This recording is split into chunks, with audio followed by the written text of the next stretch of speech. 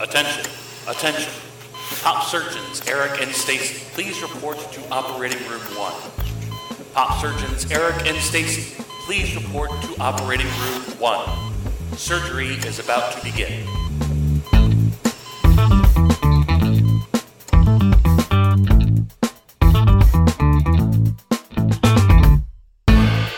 It's POPeration. I'm Stacey. I'm Eric, and this week we're looking back at a movie that is 25 years old this year. Stacey, how old do you feel right now? This was a weird one.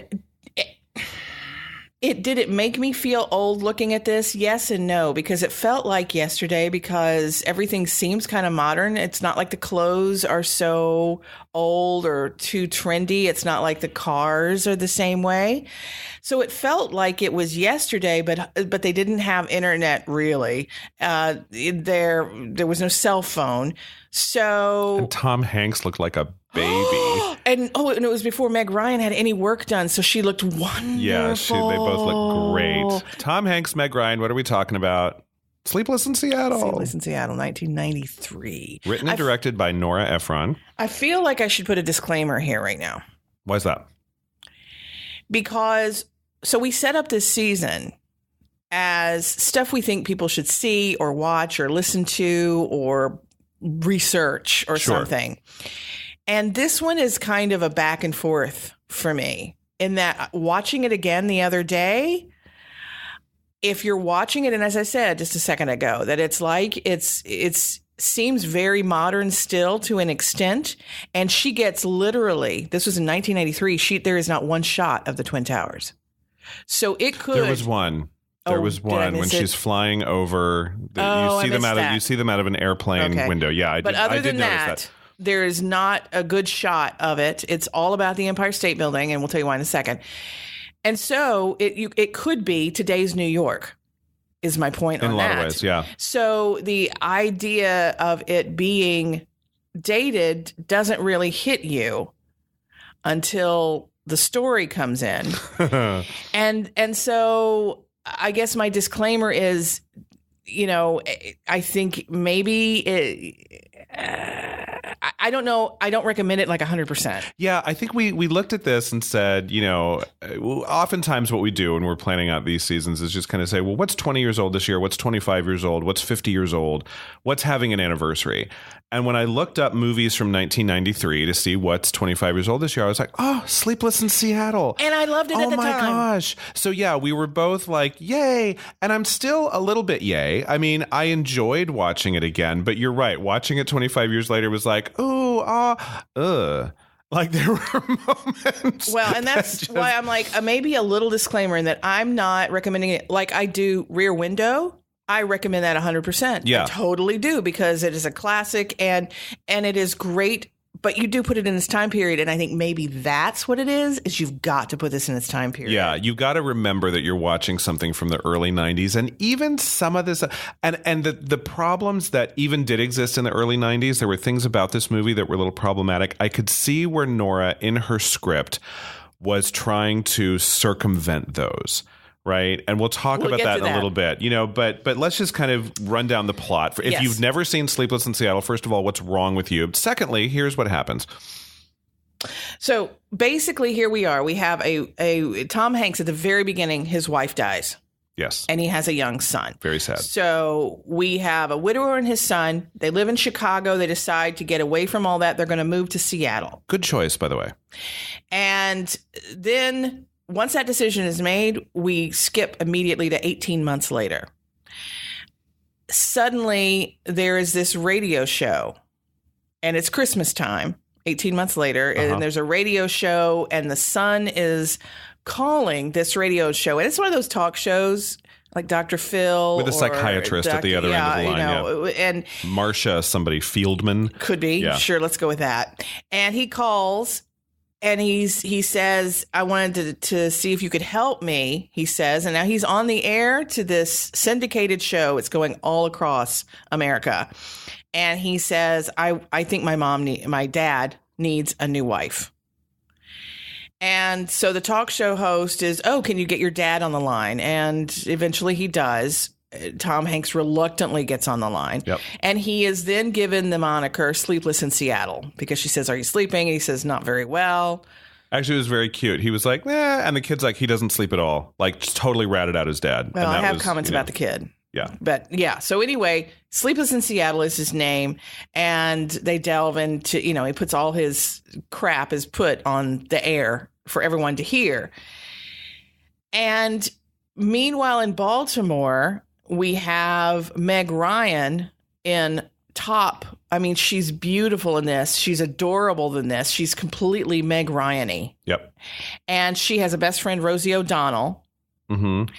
And a horrible fiance, Bill Pullman. Bill Pullman plays her fiance, and she's just gotten engaged, and she thinks it's great until she gets engaged, and then suddenly she hears this story of this man, because basically Tom Hanks then goes into the story of why he's sad, and talks about his wife, and he says when they met, it was magic. That is key, because that gets brought up over and over again. Yep. Suddenly, for the fact that he had this magic relationship, Meg Ryan in Baltimore, Maryland feels like, well, wait a minute, I don't know that my relationship is magic. So she starts questioning that. Her relationship is decidedly non-magical in every way possible. I mean, I will give Nora Ephron some credit. She really paints this as I mean, it's just yeah. No, he's allergic to everything. He is the quintessential ridiculous fiance. Yeah. And honestly, you don't know why. You don't know why. Yeah. You don't know why this relationship got as far as it did, but whatever. So there's that. Meanwhile, everybody across the country apparently is watching the old movie An Affair to Remember with Cary Grant and Irene Dunne. Deborah Kerr. Oh, damn it. Deborah Kerr, because we have a moment about that. My bad. I keep thinking of the one that Affair to Remember was Love Affair was Irene Dunne and Charles Boyer. Correct. And then remade as An Affair to Remember with Deborah Kerr and Cary Grant. And then remade again with Warren Beatty and Annette Bening and Katharine Hepburn in her very last role. Oh, my God. Did you see that? They made Katharine Hepburn say, "Fuck a duck." Did you see that? Oh, it was terrible. It was so awful. Horrible. I love you, Annette Bening. I love you. I do too. But that was a bad mistake. And that was, I thought it was mean to Katharine Hepburn is what I thought. But anyway. Okay, you know what? She could have turned down that check. She could have. Okay. But anyway. Anyway, but they're all watching it, and all of the women are crying their eyes out because of this affair, this love that is magic. Well, women are squishy that way. They cry at the drop of a hat. That's one of the things I learned from this movie just how easily women cry. That is one of the lessons that Nora was teaching. I do want to say that, and that comes into play later on in this conversation. And so at one point, Meg says, I think I'm going to write a letter. I'm going to write to this person. To Sleepless in Seattle. Care of the Chicago radio station. Right. That's how it would happen. But she tears up she crumples up her letter. Uh-huh. Rosie O'Donnell gets it and ends up sending the letter anyway. This is all snail mail, by the way. So then... There's so many things here. The letter gets streamlining there. it as much as we can. Yeah. The son finds the letter, likes Annie, Meg Ryan's character, a lot. Yeah. Really, really likes her, and has read a million of these letters, doesn't like any of them, but likes her a lot. Meanwhile, Dad has got himself a horrible, horrible, horrible girlfriend. And so in order to save his future from having this horrible stepmom, he really kind of champions Meg Ryan's cause and hatches this plan based on An Affair to Remember to meet his dad and Annie should meet on the top of the Empire State Building on Valentine's Day, just the way Cary Grant and Deborah Kerr planned on doing at the end of An Affair to Remember. That's the gist. Correct. And so I'll be honest, I had some issues. And I guess we'll get into them a little later. Yeah. So that's the deal. And the idea is to get them both in New York on Valentine's Day, somewhere near the Empire State Building. Yep. So there you go. That's the plot in a nutshell. And the cool thing about this movie is that, the thing that made it different from most romantic comedies, it didn't quite follow this rule the whole way through.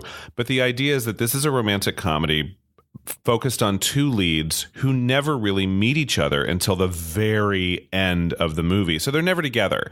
That's what makes this one kind of cool and unique and different.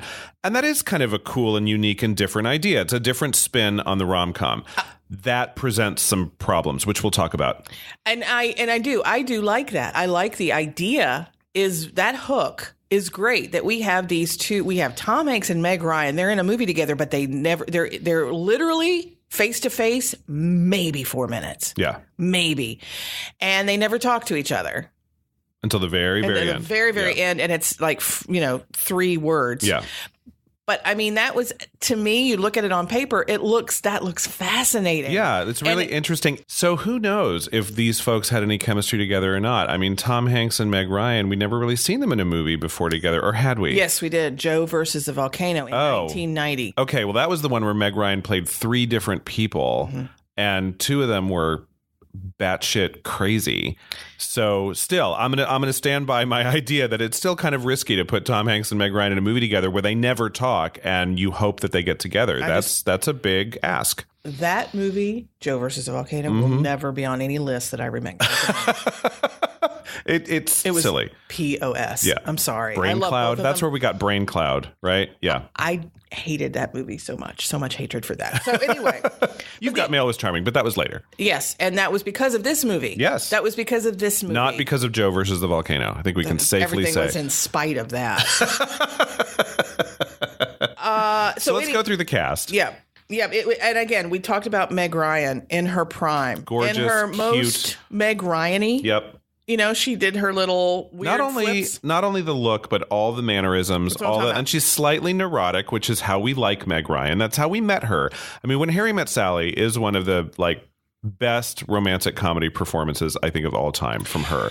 And that's when she became huge. And all of the things you loved about her as Sally Albright is kind of here as well. She's doing her rom-com neurotic girl shtick. Which is funny that you say that, because when they're in the restaurant and she's in the restaurant with Rosie O'Donnell, they're going to just have lunch. And she's getting ready to order. And I totally expected her to order something on the side. Just like Sally.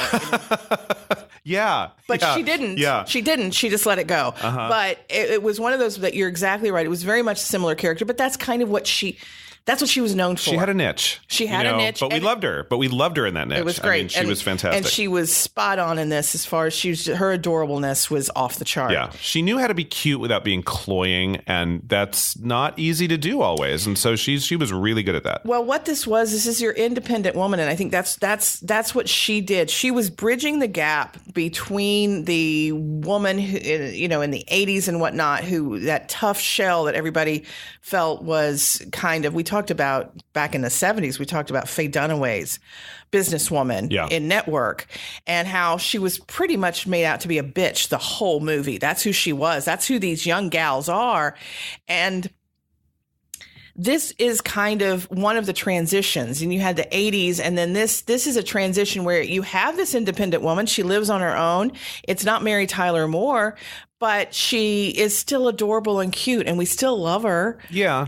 But she's still she's definitely an independent businesswoman who wants nothing more in her life than a man. Again, we'll get to that. So both right? I mean, it's both of those things. Tom Hanks was Sleepless in Seattle. He's in the middle of his huge run. Yeah. He was doing everything. He was all over the map as far as what kind of characters he would do, and he's probably had at least 1 or 2 Oscars at this point. He looked adorable. He was in his most Tom Hanksian. Yeah. Yeah. And, Tom Hanks never struck me as, a matinee idol kind of look, right? He's not Cary Grant. He's Gary Cooper. In that way. But he was incredibly appealing in this movie. I believed, based on that initial phone call, that he was probably getting letters, not perhaps piles and piles and piles, but that women across the country were, if only I could find a guy like that. He was very appealing. Well, and that was part of the thing, is at one point you do see the postman in Seattle bring these carts full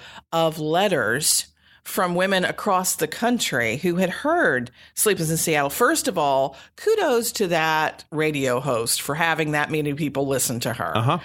But so that was the idea that he had all these letters to choose from. It's, it's Tinder. Old school Tinder. Yeah. That's what this really. Yeah. But, it was interesting in that when you're first listening to him on the radio, you're cutting back to Meg Ryan, who's listening and having, getting a little weepy, hearing this beautiful story. And then she stops and kind of collects herself, says, "What are you doing?" And she walks into a diner, and the two waitresses behind the counter are also listening to the show and starting to argue over who should get him, and so she realizes, I'm maybe not so crazy. This is something that is having an impact on the world. And she's still thinking about him the next morning when she talks to Rosie. I had a problem with that. Walking into that, and they're listening to the same thing you were listening, the same radio station. And again, this was before Sirius. So there weren't as many satellite radio. There weren't as many choices. I get that. But again, there were some believability issues. Sure, but this movie is not one. If you're not willing to suspend your disbelief a lot, then this is probably not a great film for you. Okay, so Friends sidekicks include Rita Wilson, Victor Garber, and Rob Reiner. They're all on the Team side. Hanks. They're Team Hanks. Yep. Good job. And then Rosie O'Donnell is Meg's best friend, and then Bill Pullman, as we've mentioned before. Yeah, David Hyde Pierce is on Team Meg as well. Yes, David Hyde Pierce plays her brother. Yep. And he was great. I would have loved to see more of him and less of Bill Pullman. Yeah, I actually, I would put both Rosie and David Hyde Pierce in the criminally underused category in this. I thought they both could have been there a little bit more. They were fun. Okay, from my perspective for Rosie, maybe she was underused, but she was also misused. I did not. But that's neither here nor there. There were just a lot of cliches in this thing, and her character was one of them. Yeah, sure. Okay. But given a cliched role, she was Rosie. She was unapologetically Rosie O'Donnell. She wasn't playing other than the fact that she was playing a straight woman, which we didn't know any different at the time in 1993. Although it was still weird. It was uncommon. She had lines that you're just like, you would never say that. Well, exactly. But, given a cliched role, she did it all in her very kind of Rosie kind of way. The way she ate popcorn, she just kind of popped it into her mouth the way that Rosie O'Donnell, of course, would. She was very comfortable. She wasn't stretching too far to play this character, but she let her own charm come through a little bit. What we loved about Rosie O'Donnell in 1993 was all over her performance in this movie. Carrie Lowell played the dead wife. She's a lovely girl. She is. That's all she needed to do. Yeah, it was a weird scene, though. Did I know why he fell in love with her? Hell no. Still didn't know, because I saw literally no personality.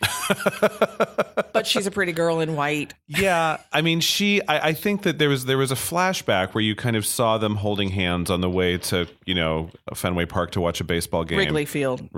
Chicago. Oh. Remember? That's why he left Chicago, because he would see her everywhere, including Wrigley Field. Okay. So we know that she wore a white dress to go see baseball. I'm telling you. But then there was this other scene where he was lonely and alone, and her ghost shows up and sits on the foot of the couch. And I could have done without that scene completely. Unless you're going to keep that up the whole movie, I don't need to see one scene. It was just lazy exposition. Come on, Nora, you can do better. But also, she had no insights. No. He asked questions, and she just looked at him, and so he answered them himself. So you're like, well, I get that he's by himself. I get that she's a ghost. And he knows that he's bringing her up. This is not actually a hallucination, or she's not really a ghost. But some insight would have been nice. Yeah, or get rid of the scene. I agree. Better. Okay. And the kid was played by Ross Malinger, who hasn't done a lot recently, really. But he had been before then in Kindergarten Cop, did a crap ton of television stuff, including Dr. Quinn, Medicine Woman. Was he a regular on Dr. Quinn? He wasn't a regular. Okay. He may have been like a regular friend of one of the regular kids. You know what I mean? And then his friend was Gabby Hoffman, which she was adorable. She stood out because that's what she does. Yeah. But it was, again, contrived. That whole it was contrived. Sure. I mean, yeah. So anyway, that's the cast. And it was a great cast. Don't get me wrong. There was no lack of talent in this cast. As far as if you have a mediocrely written script, these guys are going to pull everything they can out of it. Yeah. And they did. And I think that, I don't know. I'm not going to say that the script was mediocre. I thought the script was wonderful in places and then really dependent on cliches in others. I think it was very uneven. But I think there were moments where she wrote a script that gave them a lot to work with and they really ran with it. So other people who didn't play the Annie role. So Meg Ryan, as we know, got it, but Julia Okay, list them off and I'll give you a thumbs up and a thumbs down. Okay, Julia Roberts. Thumbs up. She could have done it. Kim Basinger. Ooh, thumbs down. Jodie Foster. No. Too cold. Michelle Pfeiffer. Maybe. Jennifer Jason Leigh. No. Oh, given what this script is about, no, this movie would have been put the Psycho soundtrack behind it, and Jennifer Jason Leigh would have been awesome. It would have had to been so dark. Demi Moore. No, not a no, but a no. Nicole Kidman. Same problem as Jodie. I mean, she doesn't have a warm, Meg Ryan's warmth sold this movie. Without it, her character is too weird to, you couldn't hang on to her one little bit. So it had to be a Meg or a Julia or so. Julia is the only name on that whole list I could have go, yeah. Michelle Pfeiffer could have done it. You think of Married to the Mob. Yeah. Okay. But then I also think of Mother! Exclamation point. Have you seen that? No, and I don't plan on Michelle it. Pfeiffer's weird. Yeah, I mean, but it's that's just, more recent. This is back in the early 90s. Sure. Okay. This was back. I mean, as I said, I think of Married to the Mob, and I'm like, she was adorable then, and I really enjoyed watching her during that. So, but that's where that is. In June 2008, AFI. Yes. The American Film Institute ranked this as one of the top 10 romantic comedies ever made. Really? 2008. I can see it. That's 10 years ago. Are you telling me that in the last 10 years, there's nobody? I mean, that's when you would have kicked. I just think before that, from 1993 to 2008, there had to be at least 9 other romantic comedies that were better. Come on. Wow. Okay. But maybe and think about how we felt about Sleepless in Seattle before we watched it just recently about Stacey, it's the 25th anniversary of Sleepless in Seattle. Oh my God, let's do that one. Yes. We were so thrilled. We couldn't wait to watch it again because it was just like going back to an old friend.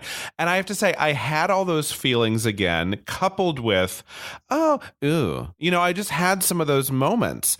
But I still enjoyed it, and it's still in many, many ways it works. We're going to talk about that. We're going to talk about it. It's really a both and. And then this was interesting to me because I could totally see this. Yeah. Gary Marshall was scheduled to to direct it first.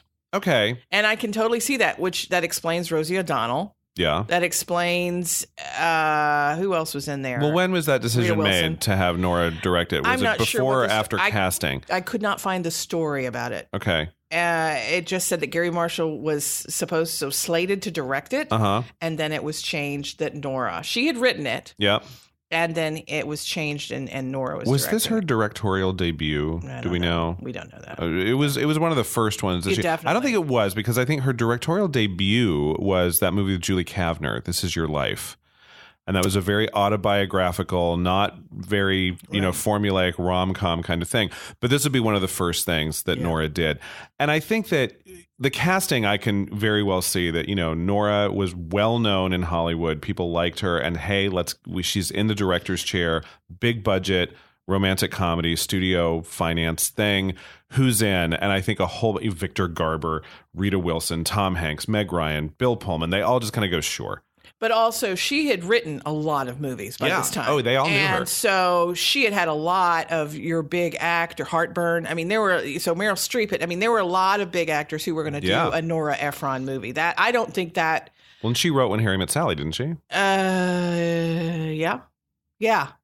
So, but I think that's not. I think that was a selling point. Yeah, I would think that it was not going to turn actors away to say, "Oh, Nora's going to direct." No, I think in fact that probably the opposite. They were like, "Oh, I'd love to work with her on this. How great!" So we have hinted at some of the things that we liked, and I have hinted bigly of stuff that I didn't. Bigly, really?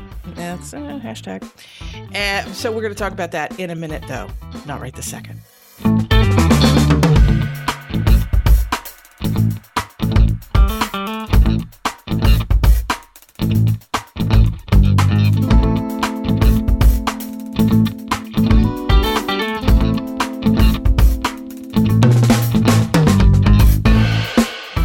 Sleepless in Seattle, 25 years old. There are other 25-year-olds I'd rather spend time with. Wow. Okay. But that being said, there were some really fun things about this. There are some things we really liked. Yes, there are. Yeah. But you had some that I liked. I agree with you on. So Okay. go. So I'm going to say, if I had just read the script for Sleepless in Seattle and not seen the movie, just reading the script, I would have thought, oh my God, the biggest problem that we have is that this child is so annoying. Takes it upon himself to call this radio show, takes it upon himself to, at one point, run away and go to New York by himself. He's 10 years old. Takes it upon himself to declare that dad's new girlfriend is horrible. Takes it upon himself to do a lot that, very precocious. I was surprised and kind of delighted that the kid was surprisingly, the performance was not nearly as annoying as it should have been. And I actually kind of liked him. And it helped by the fact that most of the time that he was making pronouncements, he was right. So I forgave him a lot where I normally wouldn't have. Because kids in movies, usually, these kinds of movies typically annoy the fuck out of me. And he was, I thought it was a great performance. Okay. I'm going to separate the performance. I think he was fine. Yeah. Okay. He was fine. This kid was ridiculous. I am disagreeing with you on literally everything else. He is precocious. You know what he is? He's that 1980s sitcom kid who always has that smart ass answer. And you're sitting there saying, so he said to his dad, so when are you going to have sex with her? Or are you going to go off to have sex with her, with his new girlfriend? Yep. Are you effing kidding me? Are you kidding? And Tom just kind of shrugs. Well, shut up. Kid should get smacked. Yes. And I think that another moment, though, that I think you and I disagree on is when they were actually together on the call-in show. And we had talked about this in the last segment. And the psychiatrist says, are you sleeping? And he's like, yeah. And the kid goes, he doesn't sleep at all. I actually thought that was kind of a loving thing for the kid to do, because he is trying to help his dad at the moment. And he's like, Dad, be honest. And that wasn't a punchline. That wasn't like a laugh thing. That was my heart sank a little bit when I saw that. It's like your 10-year-old kid can see that you don't sleep at night because you're so miserable, and he's being driven to call. And normally I would think, precocious, awful, 80s sitcom kid. Who the hell calls a radio talk to? But the way he played it, I believed he was doing his best to try to help out his dad. Now, there are other things, the whole running away to New York all by himself thing. I was like, oh, don't hug him when you find him, Tom. Smack him. Okay.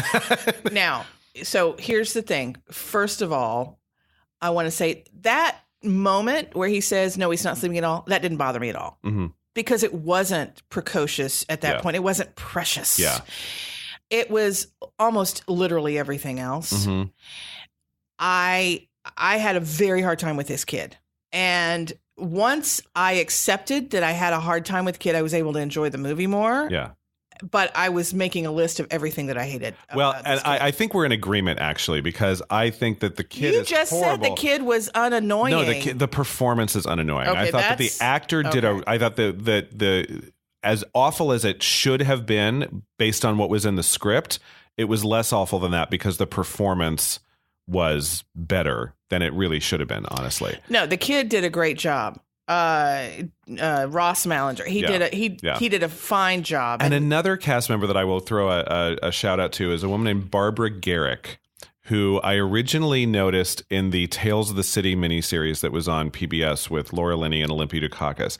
And she plays Victoria, the awful, awful girlfriend that Tom Hanks finds while he's trying to get out of his shell before he meets Meg Ryan. He meets this woman who's just, you're supposed to dislike her. She's terrible.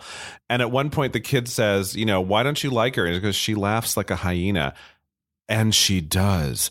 I mean, she is terrible. So you're kind of that's what I mean. Is like it's helped by the fact that he's usually, when he's saying these precocious, awful things, he's also he's not an annoying kid as a performer, and he's usually correct. Well, here I want to say something about that the whole girlfriend thing. I didn't think she was that bad. I get that you're supposed to think she's annoying, and the fact that and apparently he should break up with her because she laughs annoyingly. Okay, but no. But here, I didn't have, when I'm watching it, and I know that I'm supposed to not like her. Okay, she's no Meg Ryan. And honestly, in parts of this movie, it's good she's not a Meg Ryan, because you don't really want to have a Meg Ryan. We'll get to that. We'll get to that. But I mean, I thought, I'm sitting there watching her, and she's trying. She's just saying hi to the kid. She's not pushing anything on him. No. She's just being a person, a single person who's trying to be nice to this guy that she's attracted to's kid. And the fact that it's our view of her is to be colored by this kid, which, as I said, by this time, I don't trust you. Your credibility is shite, buddy. So but you just look at her as a normal, no, wait a minute. You just look at her as a normal thing, a normal person. She's fine. She is not annoying, and he would do well to date her. That is what I came away from this, is I'm like, you know what? She's not that bad. Whereas Bill Pullman had been created, he has Kleenex on his chin when he sleeps. He is allergic to everything. He is boring as F. And he literally has no redeeming quality except at the end when they break up. Spoiler. He is civilized. Yeah, he's really cool about that. So two things about her. I disagree. I disliked her, and I didn't want them to get together. The one thing, when you first meet her, he was so nervous to call her. And her first thing that she says to him is, I was wondering when you were going to call. And it just seemed presumptuous. And there was something about that moment that you just went, ooh, like you were set up to dislike her right away. I think she said, I hoped you were going to call. I think I'm remembering it correctly, where she said, oh, I was just, I wondered when you were going to call me. I was, thinking, or I thought you'd never call. Yes. But there was something about, like, yes. I was totally expecting you to call. What took you so long? Kind of a thing. And when she laughed like a hyena, it wasn't so much that the laugh itself was annoying as that it was completely insincere. She was not laughing because what Tom Hanks struck her as funny. She was laughing because she was nervous. No, she wasn't even nervous. She was like, I think you're hilarious. You're so funny. Ha ha ha ha ha ha ha ha ha ha ha. Annoying. This is why we're disagreeing, because this is a male and a female thing. I'm looking at her and I'm going, she was nervous. So she's laughing at every fucking thing he says, because guys need that ego boost. And so I saw her as just somebody out there dating. Watching it in 2018, I felt for her, and I was like, I get it. And the son was a little bitch and whatever. And so but again, we were supposed to look at her through his eyes, because because we had been to Baltimore and we'd seen Meg Ryan. Yeah. So I get that, but I will tell you right now, I thought that I don't think she should be vilified at all. I thought she was, looking at it, I was just going, she's not really that bad. She's not that bad at all. Oh, okay. Well, I thought that Barbara Garrick knew exactly what she was doing when she made all those choices. And she knew she was supposed to be the annoying girl he wasn't going to end up with. You're talking about performance versus character. Performance-wise, she was spot on. She did what she was supposed to do. Yeah. And if you want her, she was not nearly as annoying as Bill Pullman was, though. Fair.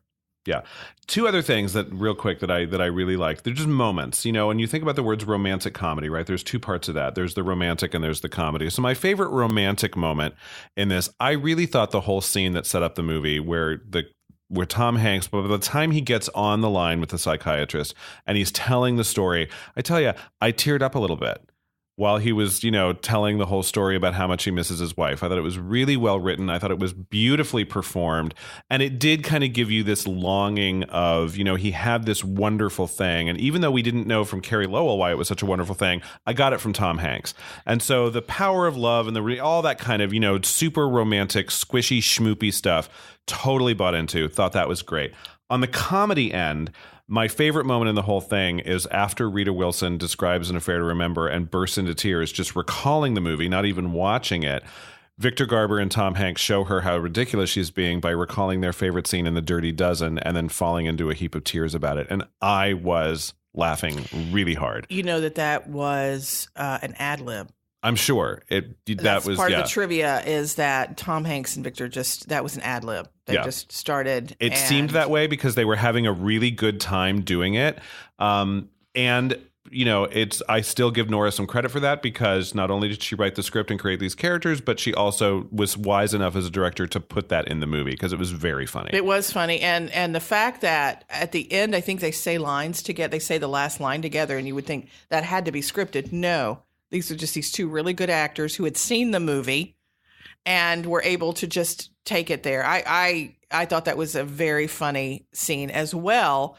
But, of course, I had also issues with the fact that Rita Wilson's character is sitting there crying over this damn movie when she's just talking about it. Okay, what did you like? What I liked, the cast. I like the cast. Yeah. And again, I liked what's her name, the girlfriend. What'd you Barbara say? Garrick. Barbara. I thought she was great. I thought Bill Pullman was great. Yeah. Because they played what they were supposed to play. Sure. Okay. So the cast is amazing. And I think that, as you said, with another cast, even if you just changed one character, you'd have a problem. But with this cast, it worked. It was absolutely lovely and all that. So the cast, absolute thumbs up 100 times. The other thing that I thought I do, as we said this earlier, the idea is fun. The idea of not having them meet until the very, very end. Now, this has been done in other movies sometimes where people will like cross in the hall or they'll be on the same elevator, but they won't talk to each other. And then later on they meet and that sort of thing.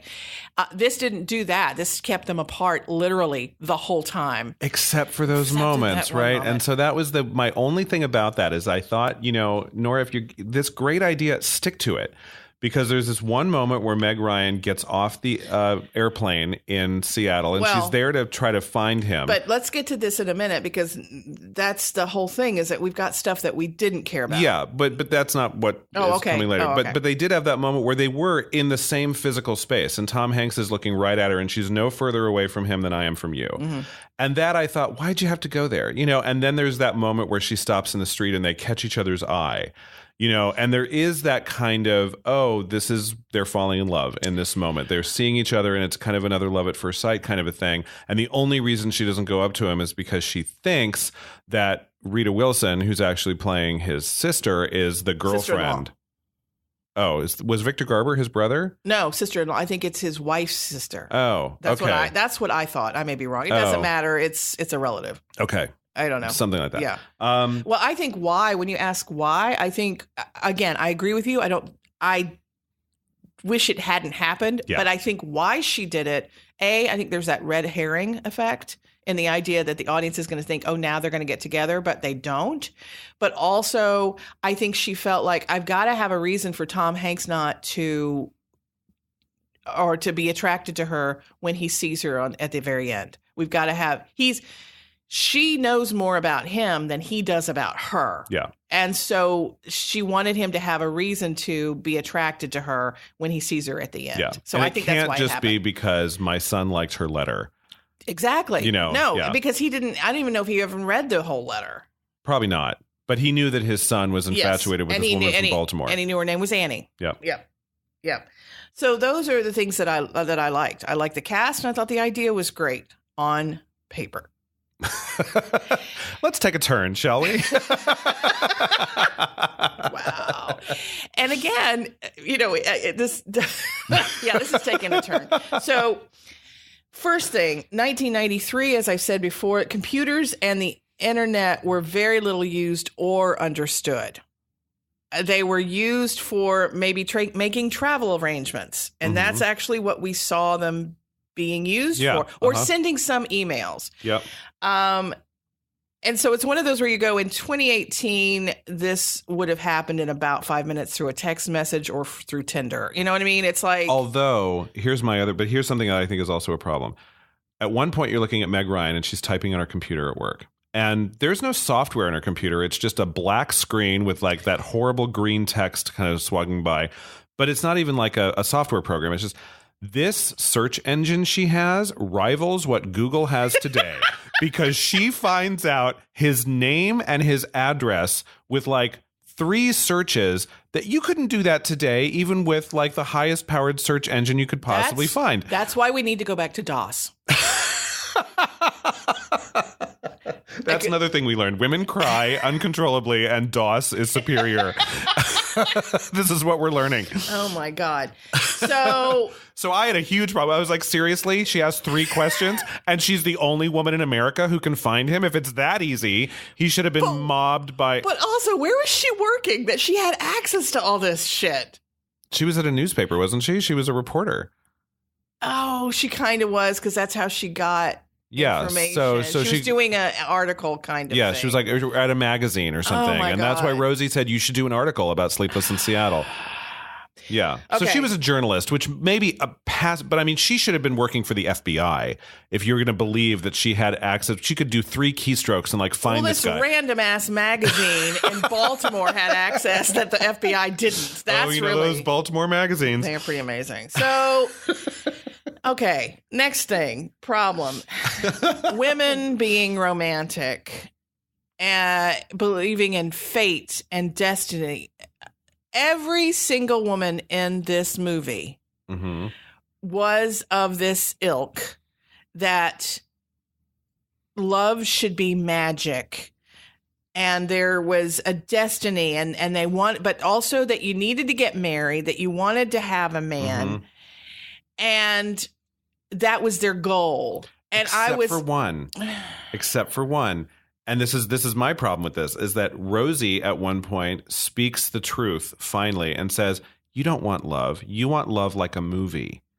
You don't want the real thing when they're sitting there watching. But then Rosie turns around 3 seconds later and mails this letter without Meg Ryan even knowing about it. So that made no sense. No. But that was no. That is more in line with Rosie's character, because she talked about her dumbass boyfriend, or I don't even know what he was, Rick. Husband, I think, yeah. Whatever, the whole time. But the whole thing was, you felt like Rick is an idiot, but at least she's a man, so she's got him. I put them all in the same category, and it was frustrating for me because I'm like, a freaking woman wrote this.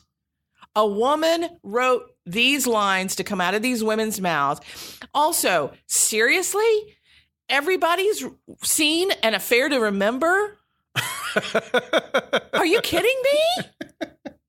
Nobody, even in 1993, nobody knew that fucking movie. No. Okay? So, shut up. But Nora loved it, so that was her. I didn't have a huge problem. I mean, the fact that everyone's seen it and it becomes such an easy plot point. Oh, let's meet at the top of the Empire State Building on Valentine's Day, because that's exactly what they do in this movie, which everyone knows.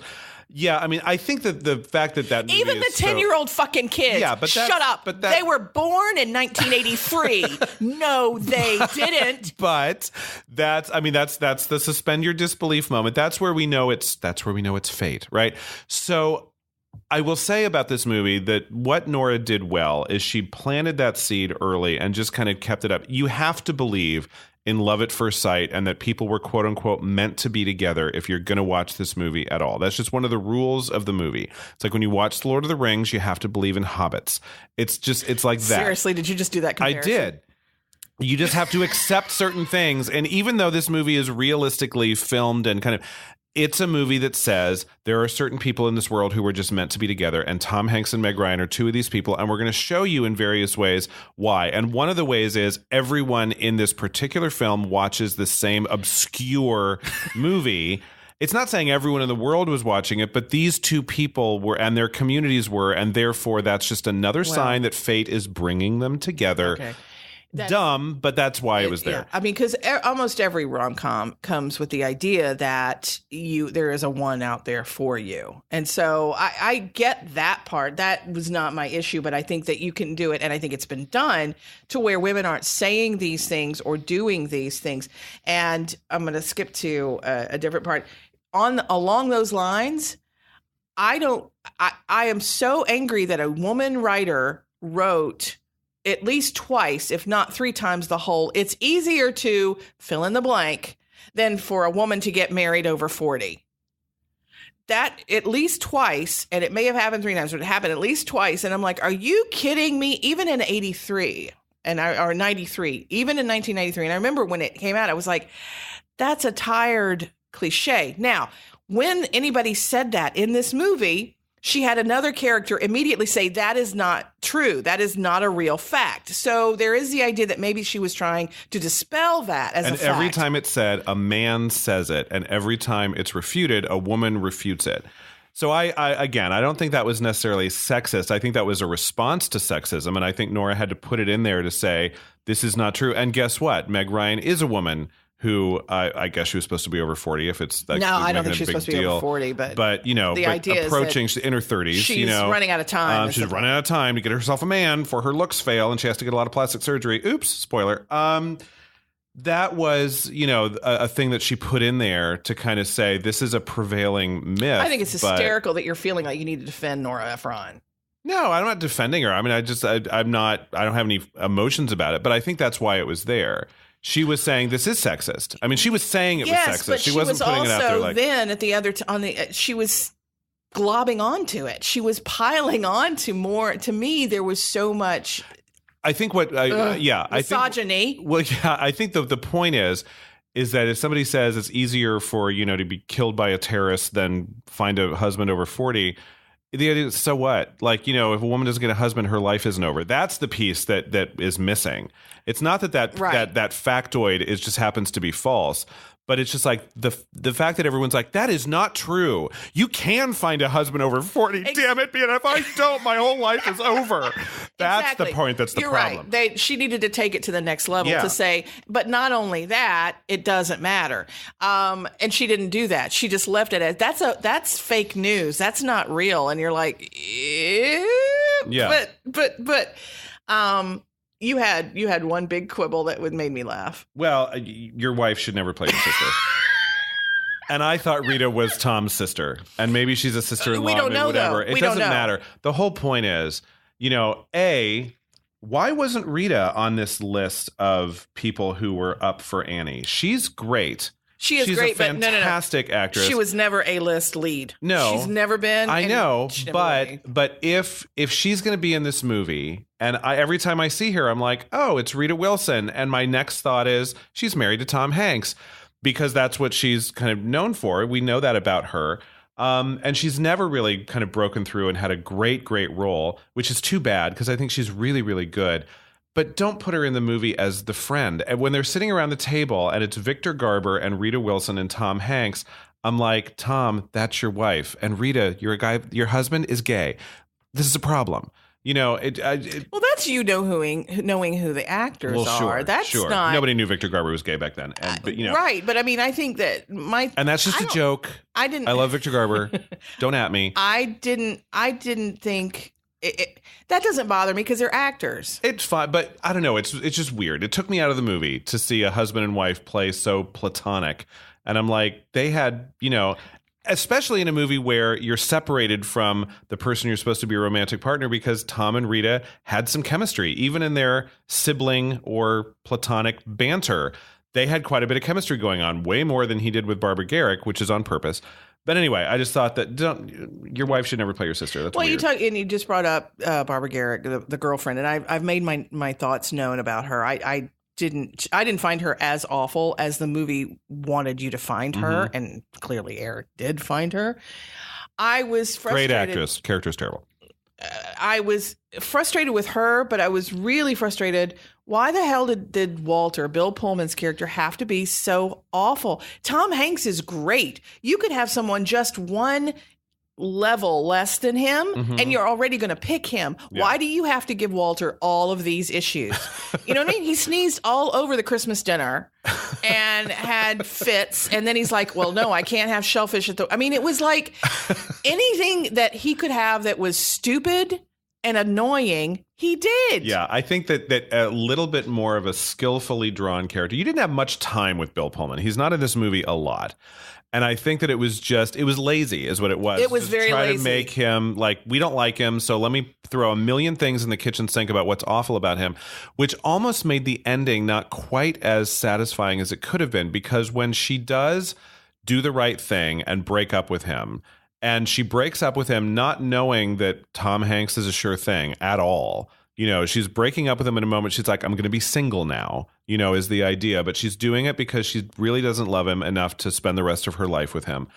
And he takes it so well without ever saying, oh, yeah, it was kind of a fakey thing for me, too. No, he's like, I really do love you, but I'm not going to be your, you know, and I respect you enough. It was the moment in the movie where I think women were respected more than any other. He was great in that moment, but we never saw that Walter up until that point. Well, he was nice the whole thing, and that's my thing with both of these wannabes.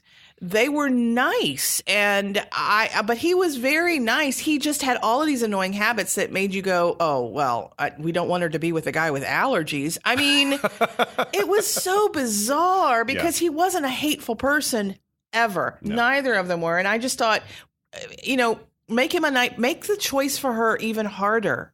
Make it harder. It wasn't hard at all. No. And I thought, make it harder. I mean, even a fantasy Tom Hanks versus the real life Bill Pullman is like, be single. Yep. You're better. You're better off alone. Yeah. No, I just thought that there was no need to make him as he was caricaturous. And it was kind of mean to his character in a way. It was mean to Walter. It was mean to him. Okay. I know we've already mentioned it, but I do want to reiterate because this is one of my problems with this. And I guess that you were like, oh, the performance was great. Yeah, the performance was good. But I did not care for the character of the son. I thought he was too precocious and too precious. He got away with so much that even in 1993, you're not getting away with. Are you kidding me? They were able to buy an airline ticket. He was able to get to the airline and the airport, get on a plane. Nobody questioned him. I get that it's 1993. I get that it's pre 9/11, but he got all the way to New York. Nobody questioned him. Meanwhile, they did explain that.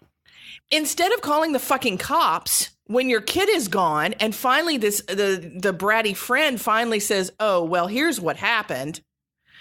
You don't call the cops. You don't have somebody go to, the LA cops call the New York cops to say, there's a kid who's going to arrive there. A phone call is faster than a damn, 9-hour flight?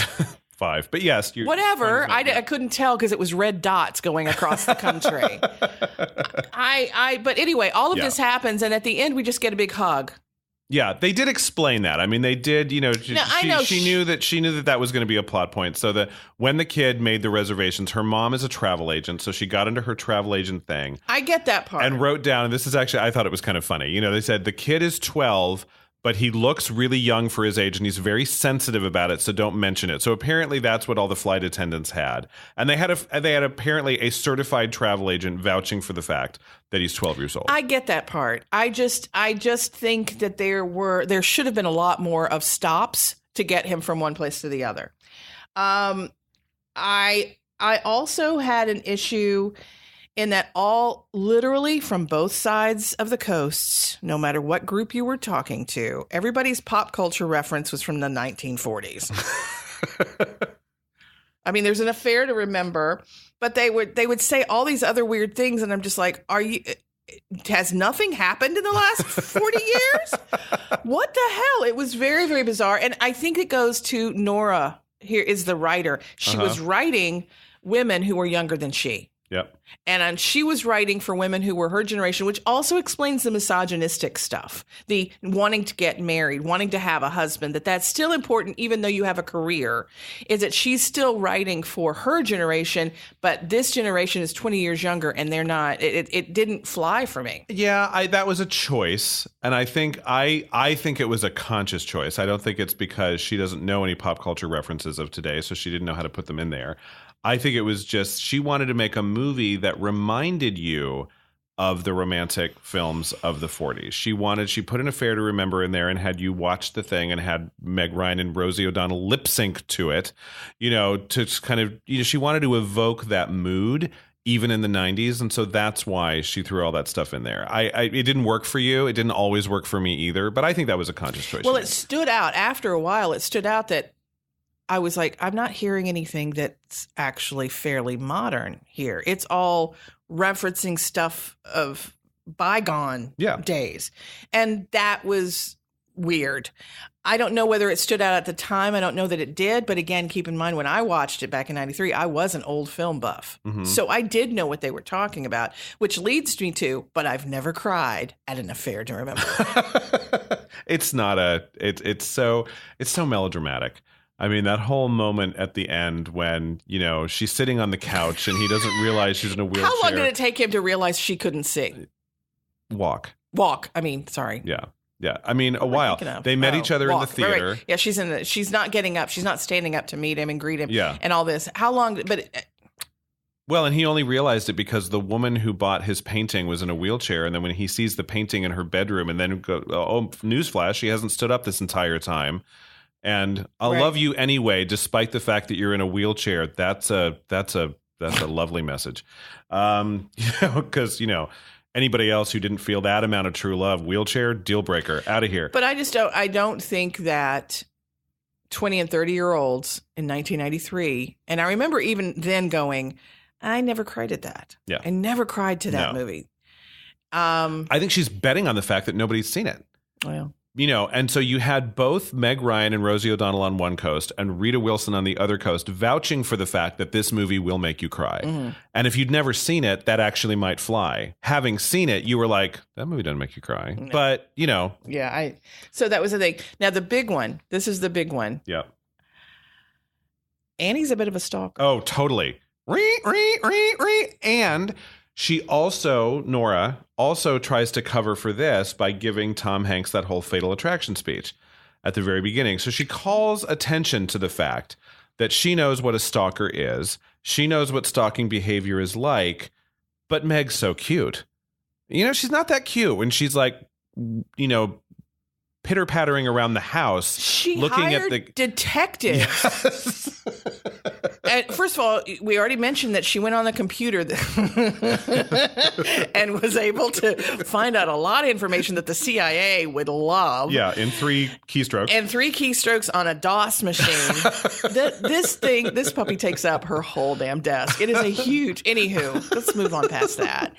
But she did this, but she looks him up. Uh-huh. She lies to people saying, you see her in her process. Yep. She's making phone calls, lying, saying, I'm doing an article about blah, blah. She calls the radio show, says, I'm doing an article about people who call into radio shows.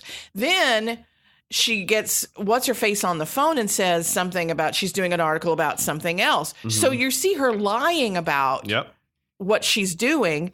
Then she gets on a plane and goes out there. Lies to her fiance about where she's going. Lies to her fiance about where she's going. She gets out there, and you're right. She goes to the house and pokes around. Sees Tom Hanks and his son, riding around in a boat in the way, and just looks at him longingly. I'm telling you, if it was Jennifer Jason Leigh, you'd be scared out of your fucking mind. Well, if it were Jennifer Jason Leigh, she wouldn't have left at that point. She would have killed them before she went back to Baltimore. I'm telling you, in this movie, the movie would have been an hour shorter. Breathless in Seattle. Heartbeatless in Seattle. Lifeless in Seattle would have been the name. Lifeless, #lifeless in Seattle. She kept going on and on that she would go to the next level, and you're like, this is creepy. It was creepy. And then she sees him, and then she leaves. She thinks that Rita is his girlfriend or whatever. He's really in love because he's so thrilled to see her. And not only do they hug, he whips her around. And of course I'm going, well, because she's his wife. That's his wife. Yeah. So then she goes back to Baltimore, but she's not done. She's still, well, she tries to be done at that. That's the moment where she's like, you know what? He's in love. It's over. Da, da, da, da, da, da. But then she decides, I still need to break up with Walter. And they just happen to be in New York, and she can see the Empire State Building out the window, and a heart appears on the Empire State Building, which is another sign. This movie is filled with signs. It's a sign. I'm telling you, everybody believes in destiny and fate. All over the place. And so does Nora. So does this movie. I mean, that's my point. This movie is a fantasy. It's not a fantasy exactly in the same way The Lord of the Rings, but close. Because you do have to. Well, you have to believe in magic powers in order to watch this movie. You have to believe that fate has a hand and that there are signs that you're supposed to be listening to. I just feel it could have been more subtle. I felt very heavy-handed. Oh, with that regard. Incredibly so. Yeah. So anyway, in the end, she goes up to the top of the Empire State Building. She's late. It's about to close.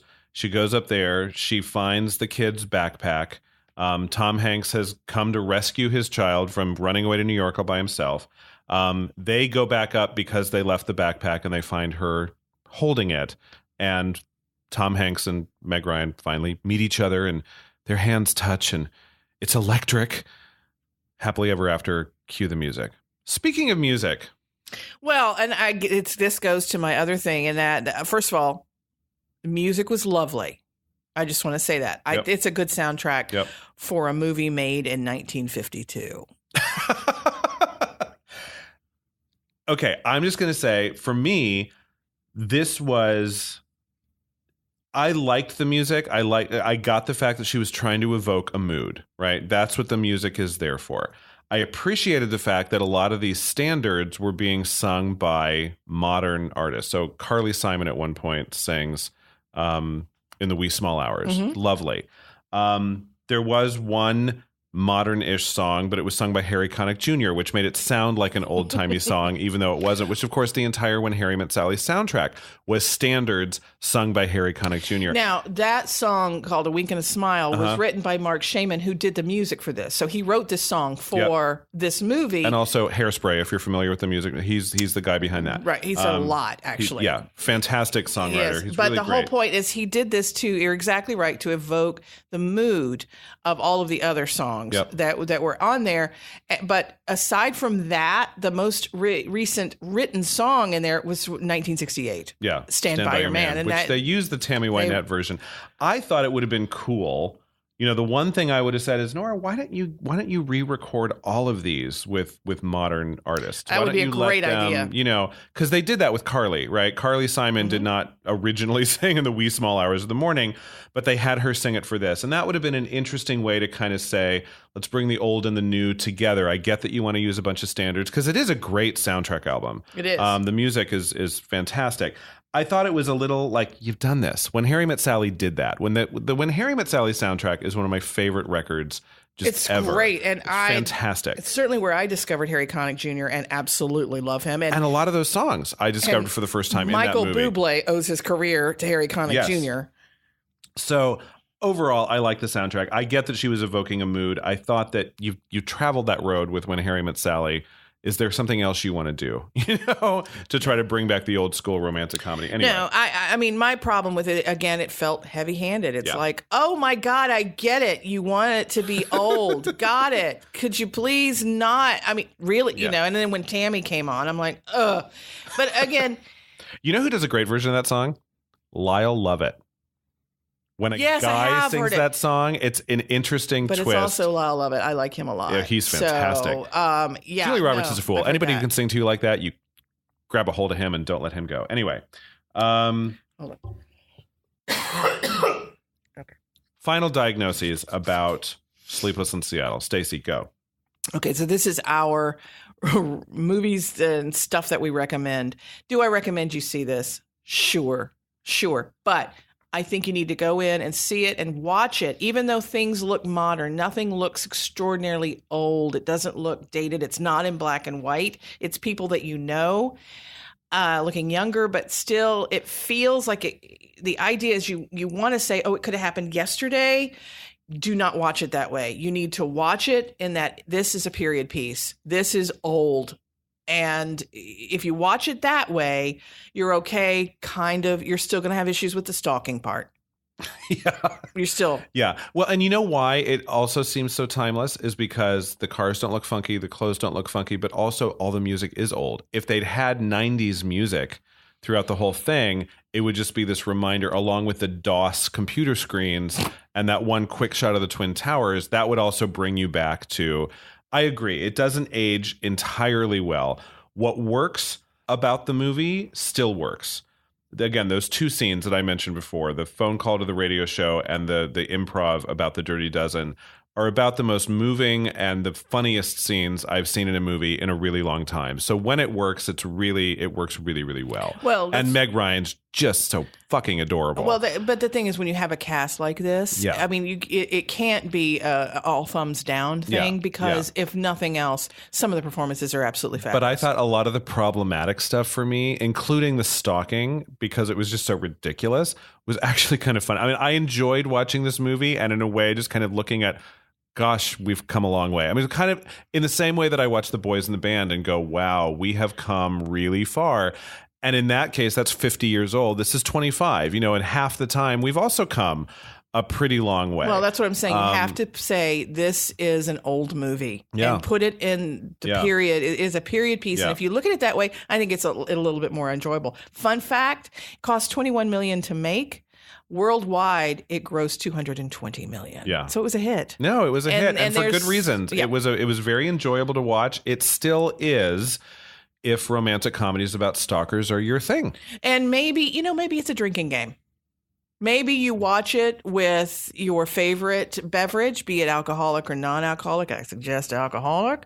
And every 5 minutes you shout "problematic" and you take a shot. Exactly. See, look at us. Look at us. Making stuff up. This is POPeration. I'm Stacey. I'm Eric. And we'll catch you next time. See us on Facebook and on Twitter. Go to our POPerationroom.com website and get everything that you need to know about pop culture. What? That may not be true. Bye, everybody. You've been listening to POPeration with Eric and Stacey, the podcast that dissects popular culture one bloody organ at a time. Eric and Stacey are taking a 2-week break and will return with new episodes on Thursday, August 16th. In the meantime, you can catch up on past episodes you may have missed. Check out our podcast archives on iTunes, Stitcher, Google Play, YouTube, and any other podcast listening site or app. You can also follow us on Twitter and Facebook at POPeration Room. You can also check out our website at POPerationroom.com for all of our podcasts, our blog, swag, and games. From all of us here at POPeration, we thank you for your continued support. Until next time, when we're back in the scrubs.